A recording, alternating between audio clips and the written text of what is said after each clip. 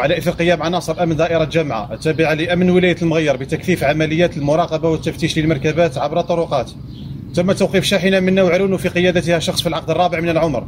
بعد إخضاعها للتفتيش القانوني والدقيق تم اكتشاف وجود تجاويف إضافية بالصندوق الخلفي لها محملة بكمية كبيرة من الأدوية البيطارية ذات المنشأ الأجنبي.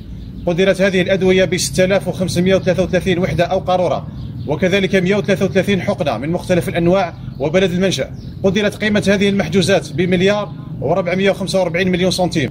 الضبط القضائي ينشط ملف إجراءات جزائية ضد المشتبه فيه عن تهمة تهريب بضاعة أجنبية باستعمال وسيلة نقل، سيتم بموجبه إحالته أمام الجهات القضائية المختصة.